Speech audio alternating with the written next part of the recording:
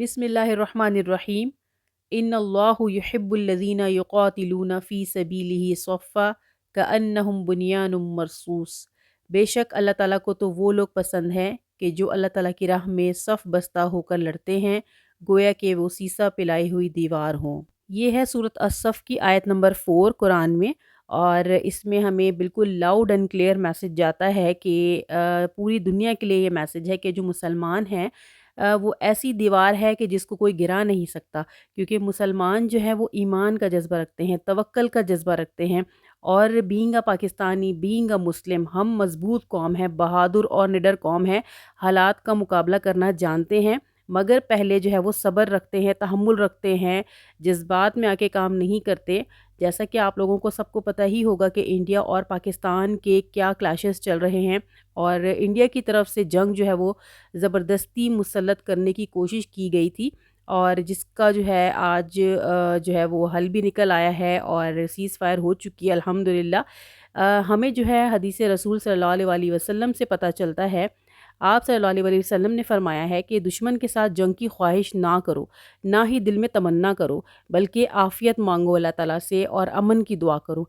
लेकिन अगर तुम पर जंग मुसल्लत कर दी जाए तो सब्र व इस्तकामत का सबूत दो, और ये याद रखो कि जन्नत जो है वो तलवारों के साए तले है, यानी जिहाद की इतनी फ़जीलत है। तो हमारे जो मुसलमान हैं अल्हम्दुलिल्लाह वो दोनों तरह से फ़ायदे में हैं। अगर वो जंग के दौरान जो है उनको मार दिया जाता है तो वो शहीद हो जाते हैं अल्हम्दुलिल्लाह, और अगर वो जो है वो ज़िंदा सलामत वापस आते हैं तो वो गाज़ी कहलाते हैं। तो मुसलमानों का जो जज़्बा है वो बहुत ऊँचा है, बहुत हाई है, और अल्हम्दुलिल्लाह ऐसा जवाब जो है वो दिया है सबको कि दुनिया जो है वो याद रखेगी। बीइंग अ पाकिस्तानी मेरी ड्यूटी बनती है कि मैं खराज तहसीन पेश करूँ तमाम अफवाज को। हमारी एयर डिफेंस, आर्मी, नेवी ने जिस तरह से काम किया है अपने लोगों के लिए, अल्लाह ताला उनको जज़ाए खैर दे और अल्लाह ताला उनको सलामत रखे। उनकी वजह से जो है हम सुकून की नींद सो सकते हैं अल्हम्दुलिल्लाह। और मेरी इस वीडियो के ज़रिए आप सबको भी ये मैसेज है कि मीडिया के जो झूठ है ना, उससे बचने की कोशिश कीजिए, और ना ही कोई ऐसी पोस्ट आगे आप सेंड करें जिसमें ऑथेंटिसिटी ना हो। स्पेशली इंडियन मीडिया जो है उसने बहुत झूठ बोला है, तो आप उसको बिल्कुल भी ना सुनिए और प्यार और मोहब्बत से रहें जैसे कि रहते आ रहे थे। वाह सुभान अल्लाह, अल्लाह ताला की शान है। चेक करें, कलर देखें आप जरा। इसका नाम अलग है, मैं भूल गया। ये लिखा होगा, सिर्फ ये कलर नहीं होता, और भी होता है। इस पे लिखा है रेड पैक। कितनी छोटी सी है ना। सुनिए क्या है, देखिए अरे ये क्या है? कितनी क्यूट है। ग्रे फिश है। अबे ये फिश है या वो है, प्रॉन्स हैं? Grey fish. क्रेफिश लिखा है। क्रे फिश। ये क्या है? जेली। एक नीचे रख लो।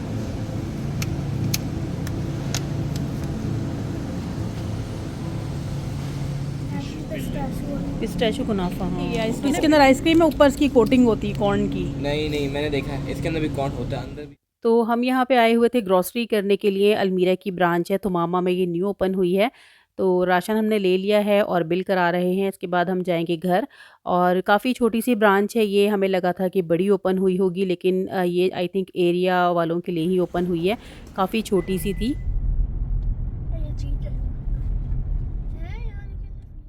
ये है वीकेंड के कुछ क्लिप्स। और हम यहाँ पे आए हुए थे गोल्डन प्लाज़ा।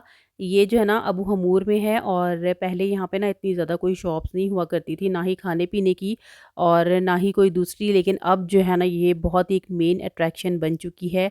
यहाँ पे जैसे कॉफ़ी शॉप्स हो गई, रेस्टोरेंट्स वगैरह हो गए, मार्ट वगैरह हो गई, सब है। छोटा सा ही प्लाज़ा है, लेकिन यहाँ पे ना काफ़ी कुछ आपको खाने का मिल जाएगा।